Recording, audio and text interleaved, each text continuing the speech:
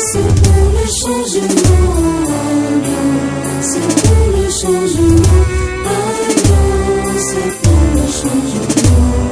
Parti de la rupture, parti de la résistance. S'il vous plaît, monsieur le secrétaire général, nous vous invitons à parole. Merci.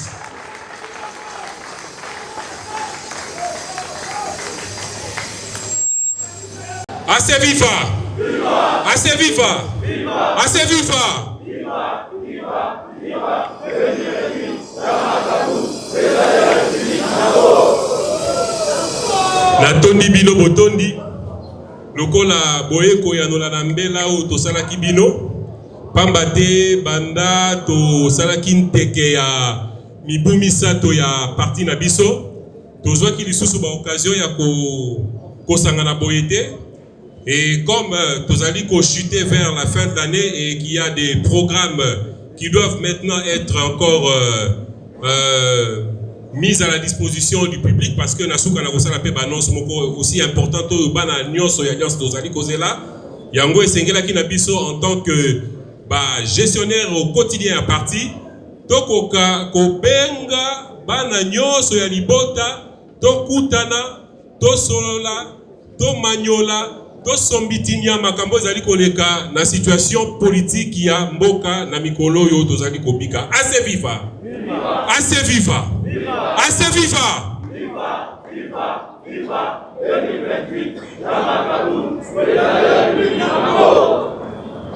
Nakobanda maloba na ngai ya yambo nakotonda pe tobete la président Jean-Marc Kaboun Maboko pona obtention de la plus grande distinction est qui qu'on soit combatté na RDC na mikolo bizali koya le prochain président de la République à cause à la oya yambo oya silisi kela signoso pe silina noté pour avoir rentrée académique et ko sala ma azali ko enchaîner te akokomaka professeur na yango to beteli biso banzo président Jean-Marc Kaboun Maboko pe totoni ye moka ko soit. Merci beaucoup Kovanda. Alors, nakobanda message nanga ya poko na lelo na maimatali d'abord sécurité ya mboka. Pamba te na mokolo ya mine yo uti koleka ezalaki na fe moko esalamaki na ville oyo ekamwisaki mokili mobimba dans un état moderne oyo sécurité esengeli kozala priorité des priorités ya ba dirigeant to ya ba gouvernant mais to mona ki yango na yebite soki bango ba kanisa ke te tozali na Hollywood to na bangomba wana po bakoka ko exposer vie ya ba congolais de la manière la plus décriante et arsenal oyo bango ba déployaki pour calmer la situation. Il était normal que ba calmer la situation parce qu'ils allaient devant l'obligation la bango mais il y a son peut pas si batosi ba mamate na yango ezali eloko biso ba na alliance esengeli to telemela to koka kotia pression likolo ya ba force ya sécurité et défense ba koka kosala mosala na professionnalisme spectacle oya kolongola ka ba mama bilamba na miso ya bana na miso ya ba etanopo qui ça s'appelle comment moi likambo moke téléphone et tout ça, et ça qu'on les capé en direct, ça n'honore pas la femme congolaise. Et pour cela, nous sommes, nous en tant qu'Alliance pour le changement, indignés de tels actes. Et la Banza Bao Bazali, à la page d'actualité, Botaki Kolanda, message Oyo, ya indignation au président national à Otiko, Kosala Bangonga Kaka, moi, Moke Otiko Lekawa, Pona, Kosenga même des missions, il y a vice-premier ministre en charge de la sécurité. Pour déjà, là-bas, makambo alolenge wana na bikolo mosusu bazalaka organisé et outillé ba créaka ba périmètre de sécurité et ba tindaka ba unité d'élite spécialement formée pour la situation ndenge wana mais spectacle biso to monaki tozalaki ovandi makambo bandaki banda autour de 10h si je ne m'abuse te butu penena to lala mais baza kokoka kokanga basaya te pour à la limite maman o bango batalisa kibiso azalaki na mondo qui a joué. Est-ce qu'ils allaient sérieux? Est-ce qu'ils allaient sérieux? Et wana ezali kolakisa lolenge nini gouvernement en place azali comprendre à la légère la vie à ba Congolais. Pour déjà quartier au esika makambo wana masalemaki. Ezali quartier moko, d'ailleurs c'est le quartier le plus chaud ya ville à Kinshasa. Le centre névralgique il y a ba croisement nyonso emine esika moto nyonso akoki ko atteindre ba milieu nyonso akoki ko kende. Mais traiter cette situation avec autant de légèreté démontre à ce que notre pays n'est pas gouverné. Notre pays n'est pas gouverné. Nayango, tozali kobeta sete, nakolanda maloba to message à président national honorable Jean-Marc Kaboun, oyo azali ko fustiger bosambu ici, ya ba mama ya Congo, et puis tozali ko senga nandeko Chabani. Soki azali sérieux dans les attributions qui le concernent, akoka dès lundi atikapé démission naie. Pambade et sengela ki naie. Dès qu'ils avaient les informations, ba luki ba unité d'élite ni ne pouvait pas intervenir parce que ngai naiebi que na ba situation lolengo wana à part ba unité spécialisée à police quoi intervenir, armée et en dernier recours, ce qui situation est compliquée, mais apparemment situation est qui n'est maîtrisable. Mais par manque de professionnalisme, pour la conseil la vision chaud, il y a pas tenue de main, tout le monde a qui batiki kotika maman Boulumbu et c'est très déplorable et Alliance pour le changement, tous allez condamner en gros avec la dernière des fermetés. Nako survolé Maïmatali oyo bisonyo so tozali komona pe tozali ko mituna Maïmatali vie économique. Na vie économique oyo tozali komona ezali lokola bato oyo bazali kolinga kokamba biso na défi. Donc balingi kolakisa biso ete lokola biso to reprochaka bango ke baebi kosala mosala te to bazali kokamba ekolo malamu te. Ete bakitise la biso dollar poto bete la bango maboko wana bakosi pamba te na économie ba pratique ya lolenge wana pe ezalaka wana epekisami te mais nesika tokobeta seto tolobi mais ba mesure ya lolenge wana esengelaka ezala na ba mesure d'encadrement. Tokoki kolala tolamuki te sans rien comprendre. Qu'est-ce qui s'est passé? Dollar et bandi kosa la chute lokola moto amata kinzeta mbila bandi kokoya. Est-ce normal te? Et au-delà de ça, na banza ba ebalandaka ba actualité politique de manière permanente. Bolanda ki gouverneur ya banque meka ki ko expliquer yango, mais na moi maele moko nzamba pesi biso, amanyola ki yango peka kamala mote. Po pamba te ko injecter ba billet ya bamboka ba paya pona kopesa appréciation na monnaie locale et ça lambaka déjà en préparation en amont pour ba conséquences nini peuple ya ko subir na ba pratique wana parce que en réalité au lieu biloko ekita avec la pratique e bango basali biloko nde emati est-ce que na kosi pour eloko yo bandaki kosomba $10 na 2000 plutôt $10 na 28 000 francs mais $10 wana kaka et comme il est la valeur il y a 21 à la limite mais biloko wana basani sembla lokola kozo babiso lokola ekiti et le moins na 28 basusu batelemi na ba 27 26 pour nous faire croire qu'en réalité biloko ekiti mais bazali kobosa na ke pasi wana e bakisa mele biso lisusu. Lelo pona bayebi ko manyola moi makambo matali économie, ce qui bosali statistique, peuple à perdre au moins 40% ya pouvoir d'achat. Est-ce que c'est normal? Est-ce que c'est normal?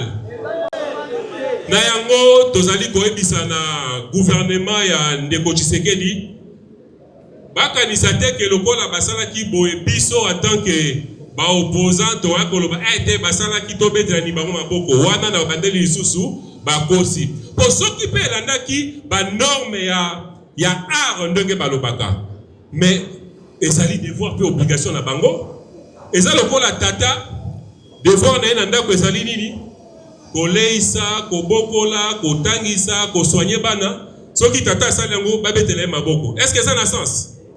Ce qui tata accompli mission naie, bateau bazali observer ah voilà un parent responsable. Mais ceux qui papa zali ko sala makambo ko makambo la maboke, wa zali ko zela ite to suka po to betela maboko, ceux qui maboko ana zeli yango na bana alliance et ko sala makate. Po basali biso kaka na bato ba fréquentaka ba couleur ba wenze ba ebindenge zalaka o ba benga kaje mundele. Balakiso mundele yango roza sir izali a zoka mundele aziska musu. Est-ce que na kosi? Est-ce que na kosi? Donc ce sont des tours de passe-passe. Oyo esengeli biso bana alliance. Tokoki koloba te ke tokotele melango te parce que biso souci na biso ezali ke makambo matambola na alima. Peuple akoka ko se retrouver na mokeo oyo azali kozwa akoka kobika kobokola. Moi si bana toko sunga peo ya libota na ba condition moko le plus honorable possible. Mais ce qui est ali ba mesure moko cosmétique pour na kako kopakola biso putulu na miso na banza interpellation tozali kosala na gouvernement ya Félix Tshisekedi esengeli na bango baba nana no koyebisa biso poto koma na niveau wana to produire nini to teki nini parce que tout part de là, tout part en réalité de là. Or en tant que politique averti, na ba information surtout landaka, cours normal ezala ba matière première, ezala ba matière agricole na RDC, to sentir oh ba benga na le poto boum té. Parce que ce n'est que dans de telles situations où beaucoup qui comprendre que puisqu'il y a eu un boom minier ndenge balobaka ou agricole et ce qui s'ensuit, mais to sentir que bon voilà, l'équilibre économique et monétaire est comme stable. Mais une stabilité cosmétique, ce n'est pas ce que le peuple congolais attend du gouvernement Tona Bokambemi à Félix Tshisekedi. Pour l'élo, moto azala ki kotika $10 nanda konae et sengela li suswa bakisa 8 000 to 10 000 francs lisou likolo. Est-ce que ça est normal? Batika kozo babiso ba bana alliance. Biso yo tozali ko subir yango. Et baké le secteur pétrolier plutôt au lieu ekita parce que tant que dollar ekiti to boité ke koka ki kokita lolenge zo kita. Mais elle andema ata na moi pembeni. Dollar est na 28 et comme na 20 et na semaine le ka kité comme kité na 18 mais bakiti c'est le biso carburant na 26 000. En réalité balongo lika ka 300 francs. Et tout le monde qui va sous probette la Rome beaucoup carburant et kiti et ceci cela non. Pour quitter esengeli tangu bazali ko sala ba mesure wana motonyo so na ba charge oye azalaka na yango na vie, il faut sentir fait que naza ko vivre sur le coup du rabais à charge na sumakato na salelaka. Mais ceux qui charge on nazali ko salela na seuil moko et que il faut lelo po dollar bango ba kitisi yango na ndenge yango akopakola mafuta et que ngala ba taxation mosusu wana ezali ko zoba congolais et congolais esengeli toboya ba pratique ya lolenge wana pamba de lelo tozali ko sepela mais le quoi pe biso tozalaka tolingaka pe critique mingi toza ko zimele potebi ke soki bazwaki ba mikano to ba mesi wana na biso tobengaka loyenge et ben ça va les rattraper et tant que ko rattraper biso au moins na baike ya ba congolais tosi tobeti ngonga gouvernement ya Congo esengeli etambolaka na ba pratique ya koluka kozoba population ko pakola mafuta to kotia ko pakola mafuta na mbebo pour akosa le ko la tala na sale libino. Or en réalité azali ko nyonga biso pona lo bango na lingala pona lo bana lo potote. Assez viva. Assez viva. Assez viva. Viva, viva, viva 2028. Namoni Bolembi? Bolembi? Na ko aborder aspect politique sikoyo po wanande esika moboko efandi. Pourtant mutoloba ki matinée politique ba kande koloba nini politique. Mais il était de notre devoir de brosser la situation sécuritaire et économique pour ezali makambo oyo etali biso bonso. Na aspect politique ya mboka totaki kolanda tata mokambi ya ekolo ndeko Félix Tshisekedi ye azuaka mikano mingi alapaka na bandai pe apesaka na ba menace que à partir de awa toko attaquer kuna kolala pongite toko sala boy. Une attitude à l'époque légitime qui pouvait mettre tout le peuple en confiance, dire que les premiers des citoyens a télemi lokola mobali alobi nazali ko défier monguna.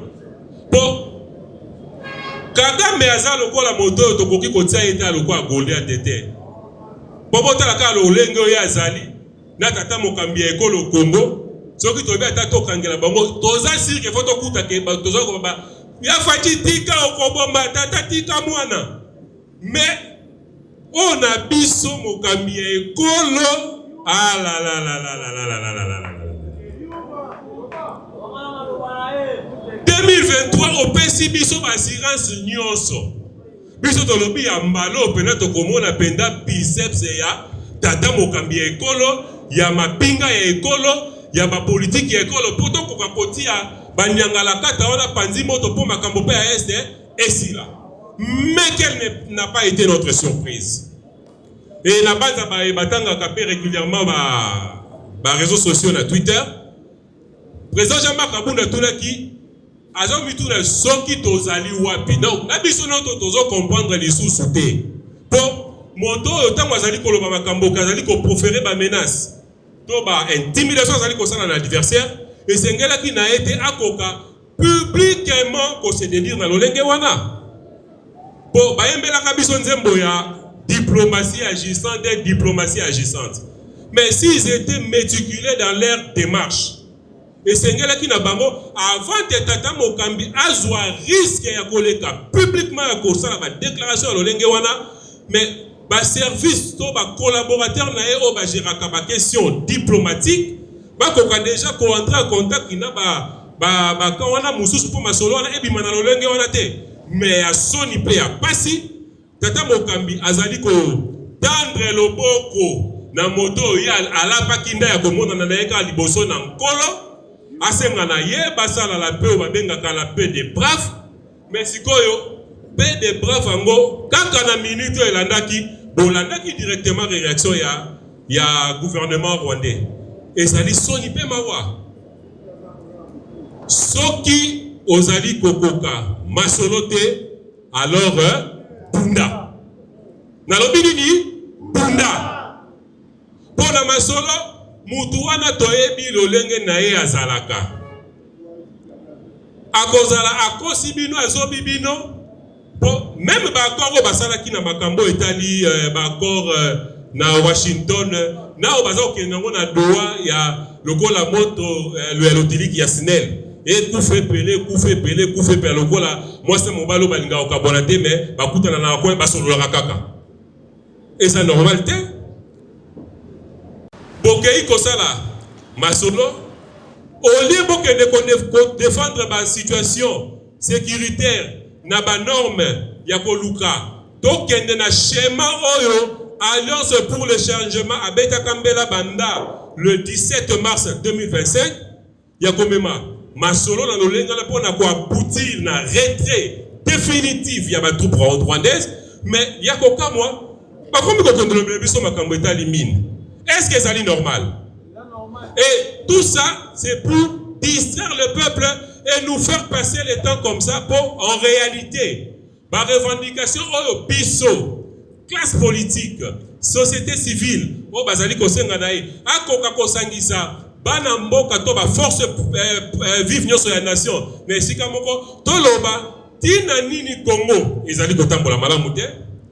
Tina nini moniele ya Congo ezali toujours en proie ya ba insécurité ya ba incursion na ba invasion ya ba armée étrangère mais non on va là-bas to bandi kolobela non échange économique minier nanani nanana po basongela biso lisusu na ba basalaka na bambula malekaki o basalaka ya ba akoro ba pesaka ba transformation, il y a Orina Sakima et tout ça. En réalité, c'est un peu dans ces cas de figure où Bango Bisso.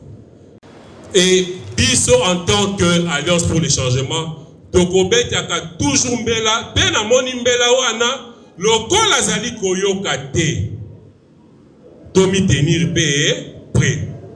Parce que à défaut de nous l'accorder par des voies diplomatiques ou normales, mais toko bousculer, toko tiens ici qu'on ait pression.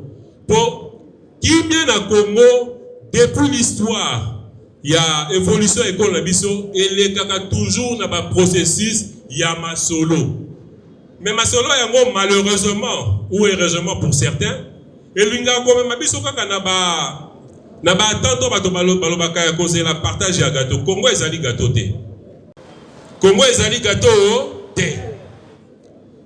Tolingi to kutana autour d'une table, to discuter, to lobela, quel est le vrai problème du Congo. Donc to poser problématique il y a Congo d'abord sur l'aspect politique, sécuritaire et social. Mais ce qui ne kotiseke azali kobanza ete tozali kosenga dialogue poto kende koluka kokota kana ba gouvernement na banza boka kipe na tango président Kabunda bimaki réponse na ezalaki nini soki bobo sanité. Voilà. Donc déjà tosi totalisa ki nzela. O loko abana kisasa balobaka lambalia tokoya te. Po soki esengeli na biso to ya tomeka ko pousa na kolobela esengeli to benga ba enyoso bazali ko tungisa ekolo pe. Po biso atokoki ko sola po tozana kisasa. Tozana semblant ya kimia. Po kimia en réalité penya pesate po to bika kana ba insécurité tongo midi pourquoi. Mais du moins esengeli biso lokola tozala ka lutte non armée tolobi sangisa bato ndeko songola loba ngana za kotungisa pouvoir na yo po tala awa wa utambusi malamu te biso pe ba i politique tokoloba ndeko na esika o kanga ka ba opposant o tungisa ka ba opposant tala esengeli lolenge o sengeli kosala société civile pa lobi te biso pe to lobi totala kama matali panier de la ménagère ba mama na ba wenze bazali kobela mitu. Naza même kokamwa ke bon kokamwa pesa mingi te po nzambe apesa ba mama na biso ba nerf solide bo ya betela non maboko bo mi betela ba moko ba mama po na yebi passe obino bomona katango bokota kana wenze ba mama ata basali kelasi mingi te mais mama akoma mathématicien nyoso wana réalité ya Congo. Est-ce que c'est normal? Sa maman ola kanisaka lolenge ni na kobongisela tata mwa kazaka mwa pantalon to amema bon abana atangisa ka pe bango po mingi ba devoir ba maman de basali saka bana wana ezali sembo mais maman komi soka komi na wenze asimbi bo kitunga pesa ka isute asimba ko be sachet na ye tango asimbi sachet abandi kotala oh nakuta ki yango lobi 3000 francs lelo ekomi 7000 bon atikina omona mama aleki donc ti azoleka wana bakwana ko tuta mama na nzela likolo ya kokanisa. Et dans tout ça gouvernement elingi nini akitisi biloko to bete akitisi dollar to betele maboko non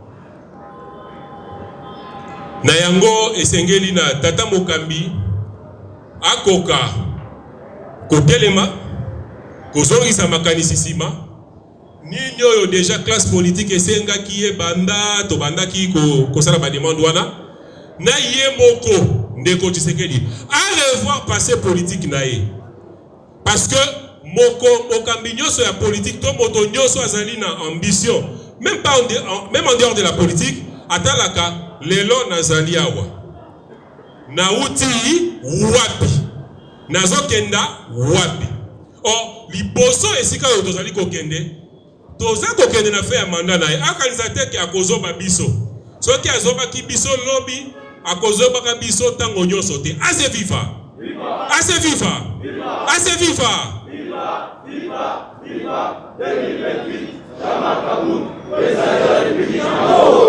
pour kosenga o tozali kosenga et pesa pe kosenga pas dans le sens vraiment de la demande hein ezali kosenga na sens il y a interpellation que soki tolingi makambo etambola na alima esengeli na biso to solola to trouver ma solution pour repartir sur de nouvelles bases et dans le timing qui lui reste dans son mandat Pour Bobo Sanate que 2028 pezali mosikate.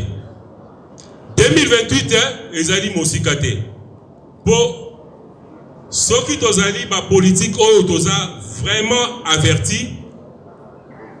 Tango tokokoma mi 2026 tokoma na suka yiki egoya makasi.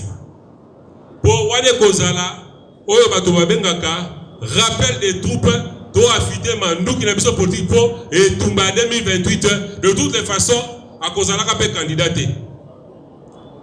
À cause de la capé candidaté pour balobaki mandat moko renouvelable kokyo et si le pesibiso bayo OK. Mais biso toza un avantage que le col là nous toza na compteur à zéro. To go récupérer masolo. To tambousa ekolo. To la kisa bango ete tangu tata lobaka le peuple d'abord. Alobaka yango teke toya parce que tozalaki na costume ya mala moté tolata tongangumbaka na nzela ba mona kete biso to komi eza pouvoir na biso te lolenge wana te et na banza na doctrine to philosophie idéologique na biso ya ba socialiste nous prions Dieu que le président Jean-Marc Kapoun akoka ko se compromettre na nzela wana te peut-être il peut ko se compromettre te. Pour déjà, ceux qui ont moto na ba compromission na banza mbele atika pouvoir na bango o ezali konyo ko la peuple te. Et na yango bana nyoso ya alliance bo retenir été na maimatali attitude ya ba main tendue oyo chef d'état azali ko sala ezali ba attitude moko oyo to loba ki pe d'ailleurs na communiquer na biso to dire ki na place publique. Ya koloba ba incohérence ya bongo ezali ko honorer bisote ezali bon tokoka mango mingi te mais ezali ko pesa pasi bo bongisa koto ya bitumba tozo bongisa te bongisa koto ya masolo olingi pe masolo te finalement olingi nini c'est la question que nous nous posons pour ceux qui akanisi ete tena mema bango to pusana bona suka to sepela ko ciel muka pona lo ba glissement te mais wana kosi pour biso dans le timing normal toza ko réclamer yo une prise de position qui peut apaiser la situation pour que sorti na yo tango kotika ko kamba ekolo ezala quand même digne et honorable mais soki okobima na lolenge o ya soni ndenge wana ke okambi ekolo panda mibu zomi et que na suka peuple atikala na lokana idée que te na tango ya régime ya Félix Tshisekedi to baneka ko vivre moyibi na moyibi to baneka ko bika na insécurité ezali normalité puisque après le pouvoir il y a une vie et peuple akokanisa ka toujours na ya malamu oyo ko sala pour lelo avec l'espoir que le Congo avait placé dans des côtés Tshisekedi. Et comment on a les habits sur rétroviseur ciment? Au gouvernement, mais mais qu'est-ce qui se passe? N'engo pas dans l'alliance, comme le col a tango to bandaka, bobo salaka pété. Na rappela kabinoka kanesiko la télémito le boulaka bobangi. Pour les choses sérieuses vont bientôt commencer. Parce que na ba démarche yo so moto salaka, total acheminement. Toza ko pusana ndeko to sala boy yo boy tozongi toye lisusu ndeko to sala boy yo boy tozongi mais ko koma na ngonga siko yo tango ro ko sala siko ba meta ndi no tandaka pamba po bobo sana pete ko ezave tandi ya liboso te po wana sali ya ngomba lo na Kagame mais na bambula to mikolo mauta kolekawa na atanda ki pe biso loboko po ameka ko zoba biso to kota na gouvernement ya échec mais biso pe to baki to koya au bandaki yango okosisa yango. Alors tant que tokokoma na bakat figure wana akoluka po toyebi nous connaissons les joueurs et leurs jeux parce que nous sommes les élèves de leurs maîtres. Nalobi nini les élèves de leurs qui maîtres. Donc ça veut dire na ba ABC au président Jacques Amour à la kisaka bango na etamboli na bango toyebi ke ba bandaka kaka boy à côté les maboy à kosuka pe kaka boy po akoya kaka kolela toyebani kaka ndenge na lobaki mbalele kaki o ba miso ba benga kinga prophète te naza prophète te Nazaka un homme averti. Autant nazali kotala, natali nzelo, autant monsieur comme biso boy. Nazali kako ba benga ka ba projection, ba simulation, ba situation pour dire que bon, nzelo so takei et koki comme manga boy mais résultat na kozwa eza boy. Bon na kozwa nzelo ote na kozwa oyo. C'est un peu ça. Mais alors connaissant le joueur et leur jeu, na pesi bino lisusu ndaka. To et laka na rendez-vous. Mbula oso kesili. Mbula okuna ekosila te. Ekokoma mo ouverture tendre la main. Biso loboko soko otali otanda tokota la peso ke ezali propre mbalo. Poso ki loboko ezali mbindo ato otandi loboko biso pe tokokanga loboko. A défaut na kosenga na bana nyoso alliance tokia ko luka ba chirurgien bala tisabiso ba plâtre na maboko. Loboko kaka ya droite po yango tosala la misala.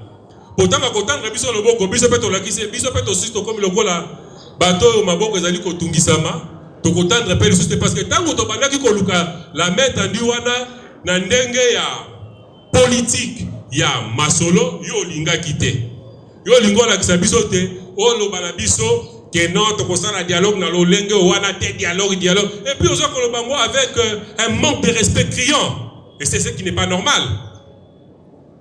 Pour tata mokambi ekolo azali yambo ya maso ya koki kozala serviteur ya peuple ne mo konzinde ki tolobaka mais soki yo moto ozali na mosala pona biso ozali kozwa biso na ba attitude to na ba légèreté zo komona biso lokola ba moins que rien biso pe to ba yuma note to zotal obimi yankelelo ça va yankazala na plan na yuma pa zala na nini na plan na ye na bandela yankazala na plan na ye yuma pa zala na nini plan na ye ah ben voilà donc yo za na plan no na yo biso pe miso kaka na calendrier jour J moins autant kolala kolamuka pe e kokakakaka bonzambe na sali montre kozongisa mikolo simate pe kozala makate tito kokufaka. Donc tokokende kaka malembe mais lokola azaka na bato bakanzaka te na ndenge pa benga ka biso soit disant opposition apete po alinga kitoza na batitude lokona na bango te na yebi bango ekokoma na ngonga moko bakoya kolela wa bakolela mais okanga ka président Jean-Marc Kabunda 2 ans durant tolelaka tolobaki on ira jusqu'au bout. Et na buwana bilomo bomoni tokangi peta to na likambote to sani to bimisani et ça sera aussi le même schéma, la même attitude qu'on affichera dans les jours à venir parce que si monsieur Félix Tshisekedi azali ko kanisa iteke lobby te lokola bango balingaka ba poste na kopesa ba poste ça va yaka na ba poste no kokuta na peta ne ndolo ma mobile sa tie moniere na pembe akitoko ya kangol pa koebisa yo papa pasa toyebisaki yo dialogue yo boaki dialogue tokema ponami loko ape bana alliance parce que balobaki 2028 président Jean-Marc Kabunda président de la République na ko bakomona penda ko na solo na lobi nini ko ya solo po toza kotala schéma ya ba joueur totali classement mais biso tosi to pointaki na 9 batu bayebi makambo na moto pito ya ndembo bayebi onga nazali koloba tosi to kangaki 9 et CGCP kuna déjà asi a blindé défense po sengeli pena nati akabango na masolo po bazana biso eza boité donc na classement na système de jeu président Kabunda déjà va pointer 9 CGC to kangi défense gardien sikoyo ba fédération na biso to kangi ba assemblée okuna ne to kozwa poids politique pour to koka lobby to kamba ekolo et bayebi ke soki kaka bale uti et pas ya gardien Boniface Makobo abwakeli ese ya tonai ndeko Jimmy Matadi kuna akangi alobi te Marcel Mulumba yozwa mama Bilali pe bizarrement moi c'est contre la match à mibalité moi c'est pas à côté na kati pour na kota isa bango ke makamba politique etala kaka mibalité eza boyete mama Mama Bilali akangi bale yako beta kaka mutu po mona suki ne kaso beti mutu ke na lokola sangoku tia wana tango presa kabuna ko fandi sango na tolo ka bina filé 2028 match sali nini aussi assez viva assez viva assez viva viva 2028 président de la République encore. Schéma ezali owana otango biso tolobaki tosolola bolingaki te biso pa ekoma na ngonga moko obengi biso mpe masolo tokoya te comme ça tokende oka na schéma oyo olingaki mais biso tokotiaka kaka mibeko likonzi alobi nini un mandat renouvelable une fois ok papa e kendani c'est tout comme ça toko remettre la pendule à l'heure de balobaka tokozongisa makambo nyonso na nzela po ete lobby congolais nyonso akoka kosepela to kobika na nkita to bomengo nzamba kela po na biso na kati ya ekolo Congo na ko atterrir mpona kosukisa na matali mikolo mizali koya na banza mingi awawa tobandaki na komituna mituna mingi tozo ça la politique, tozo ningana te, qu'est-ce qui se passe et tout ça. Politique est un bolaka lokola ondulation aussi. Il y a des moments forts, il y a des moments stables, et puis on reprend du poids de la bête neng balobaka. Et nyonso wana esengela ke tambola malamu na accompagnement ya président national. Mais qui dans la koloba malheureusement te. Heureusement, il s'était d'abord concentré.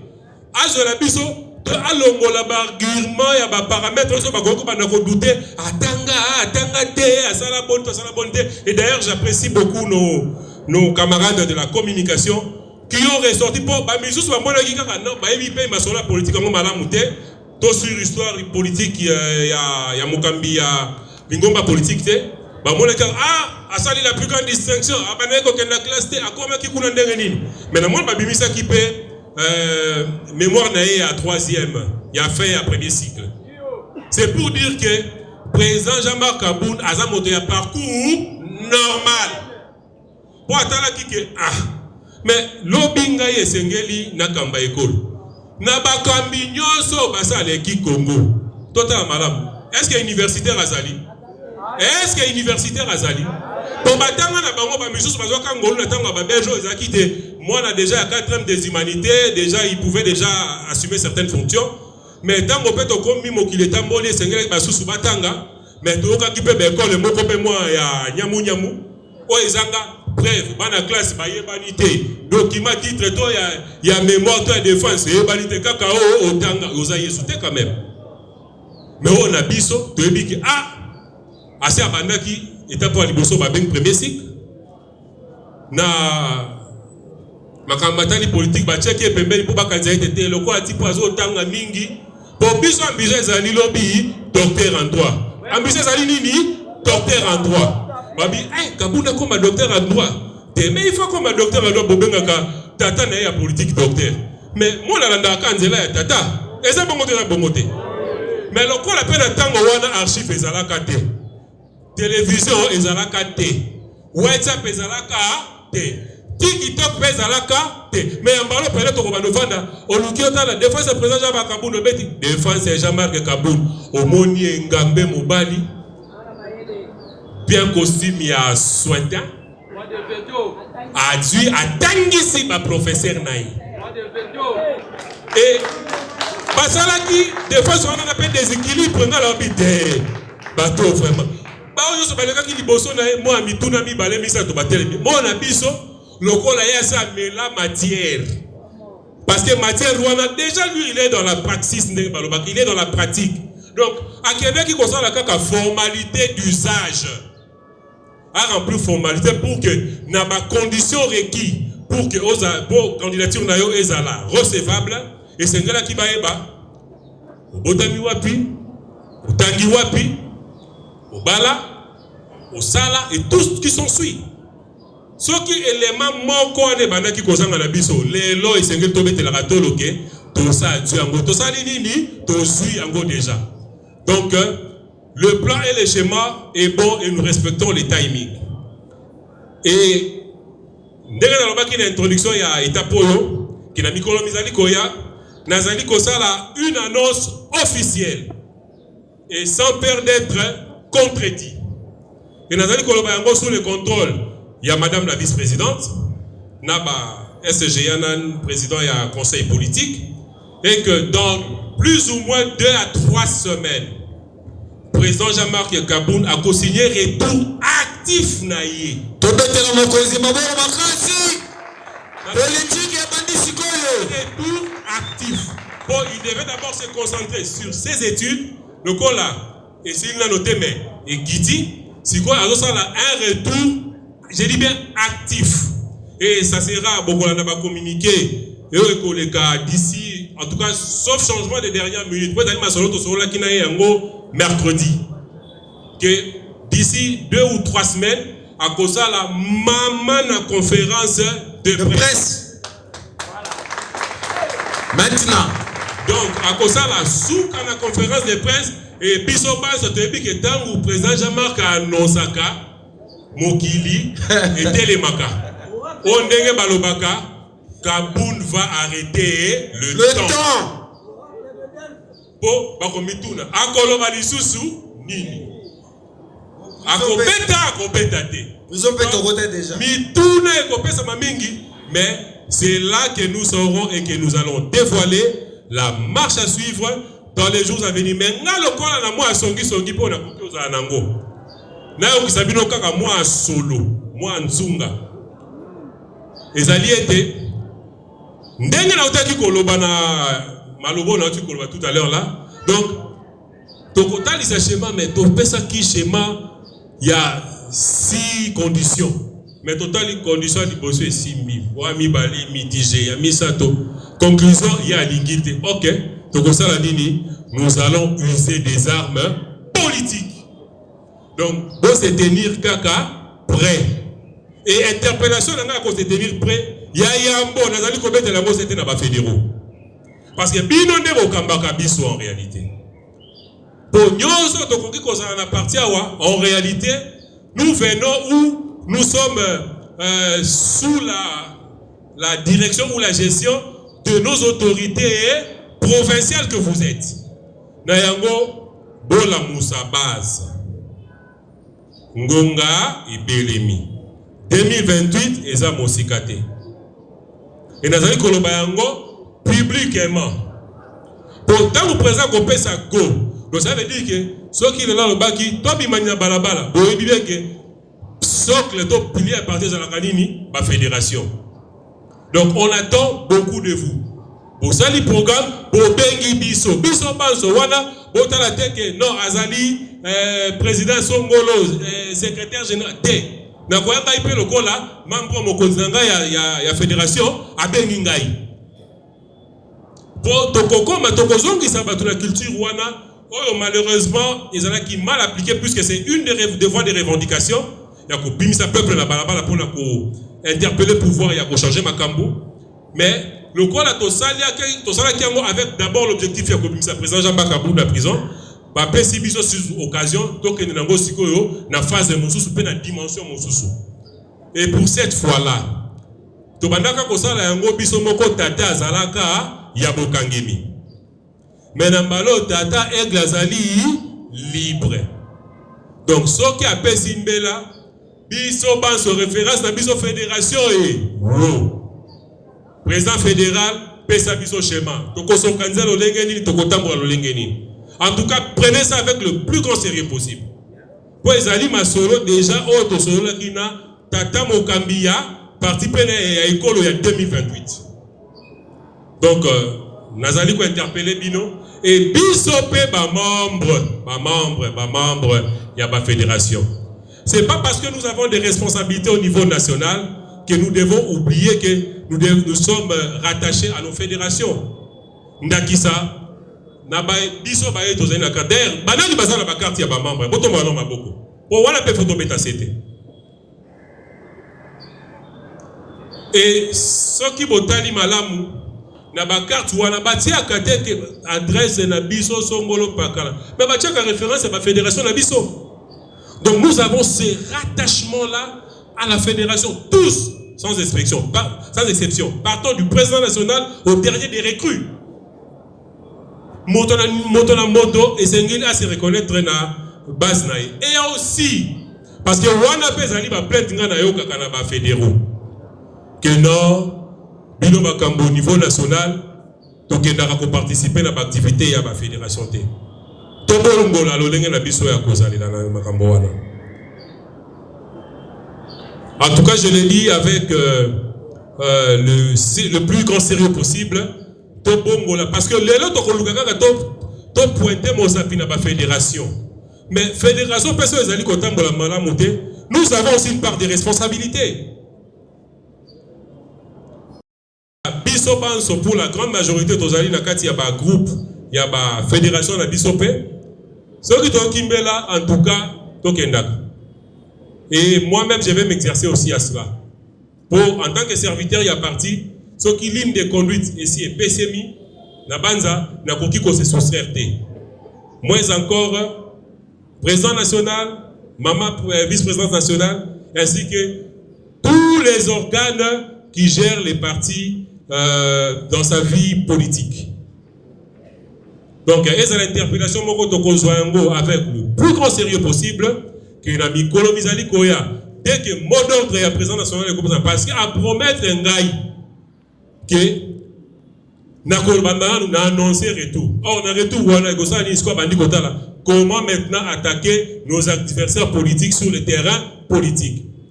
Dans mon solo libre de localité to continue sur le terrain de la rue. Or na combat ya balabala il y a pas de et bana.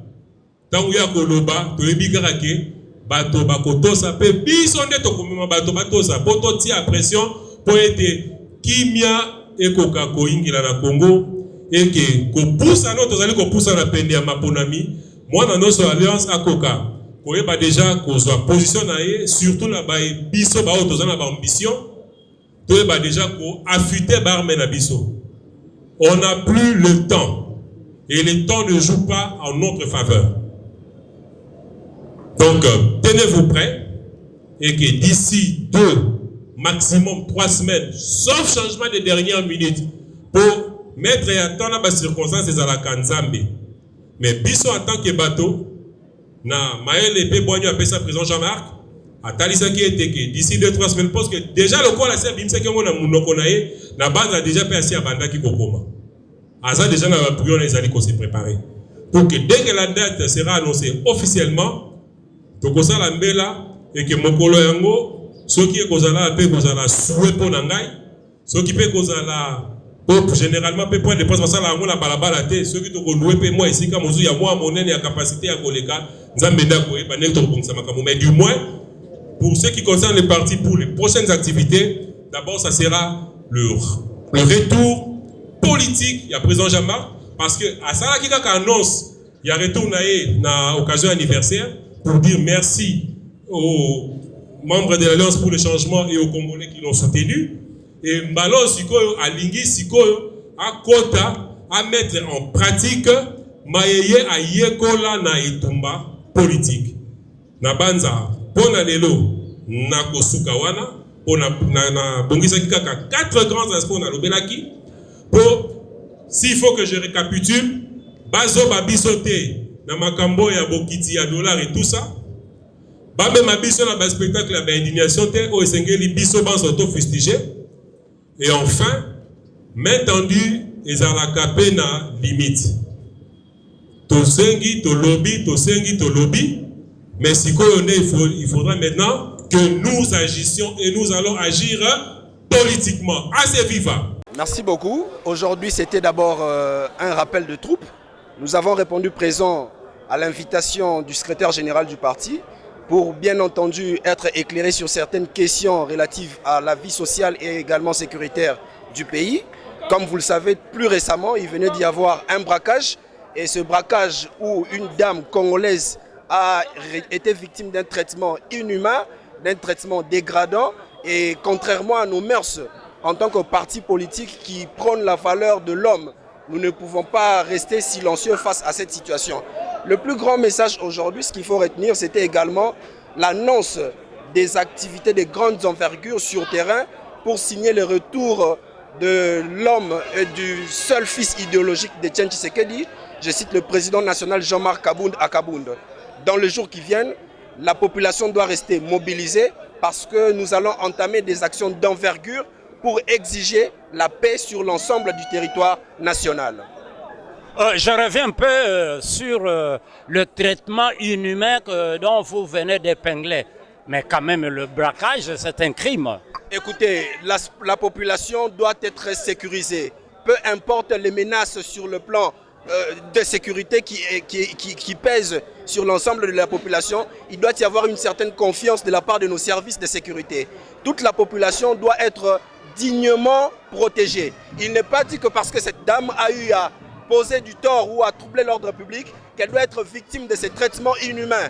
Aucune personne, aucun homme, aucun parent ne peut accepter de voir sa fille ou son épouse subir un traitement pareil. Il y a des gens qui font pire dans ce pays. Il y a des gens qui volent des millions dans ce pays. Il y a des gens qui ont pactisé avec l'ennemi. Jamais nous avons vu leur infliger des traitements dégradants de cette nature-là.